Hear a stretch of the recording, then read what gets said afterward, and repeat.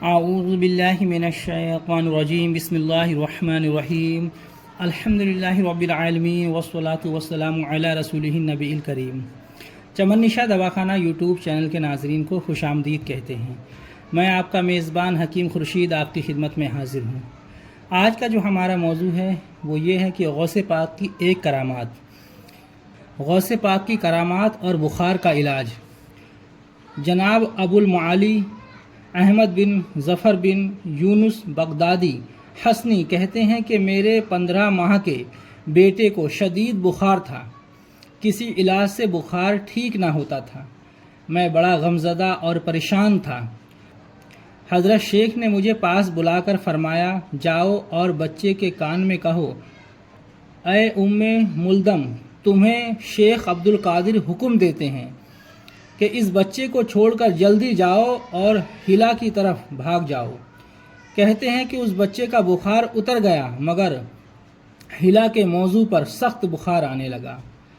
جناب غوث پاک کی دعا سے شیخ عارف ابی عبداللہ محمد بن ابی فتح کو 83 سال تک بخار نہیں آیا۔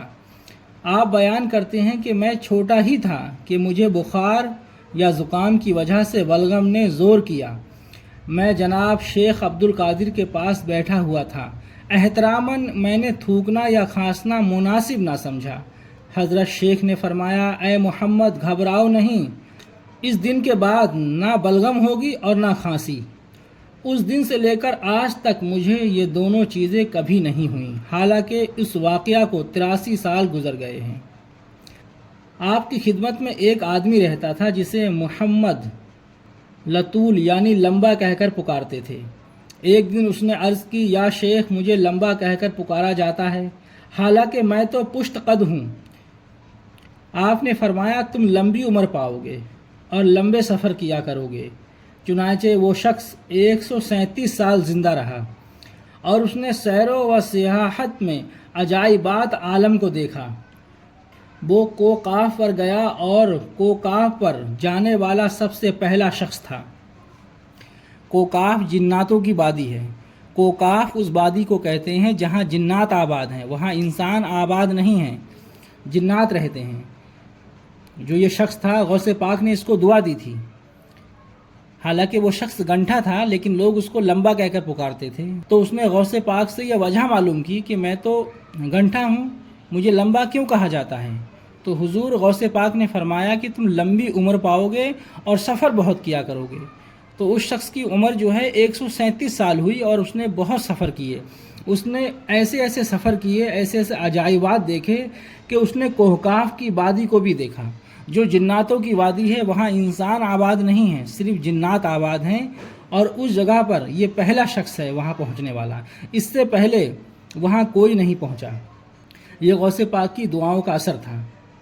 ایک بار دریائے دجلہ میں طغیانی آئی تو بغداد شہر کو بھی خطرہ لاحق ہو گیا۔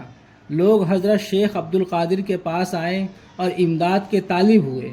آپ نے اپنا عصا پکڑا اور دریا کے کنارے آئے اور پانی کے کنارے پر زور سے ایک ضرب لگائی، اور لوگ کہتے ہیں کہ بس پانی پھر وہیں تک بہا جہاں آپ نے اپنی چھڑی رکھ دی اور آگے نہ آ سکا۔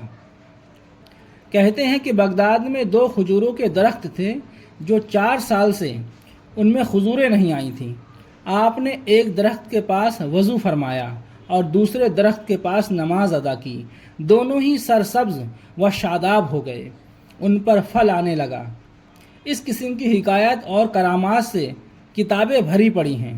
اگر ان سب واقعات اور کرامات کو نقل کر دیا جائے تو زبانیں بیان کرنے اور قلمیں لکھنے سے عاجز آ جائیں۔ حضور غوث پاک کی بے شمار کراماتیں ہیں، جس میں سے ایک کرامات ابھی ہم نے آپ کے سامنے بیان کی۔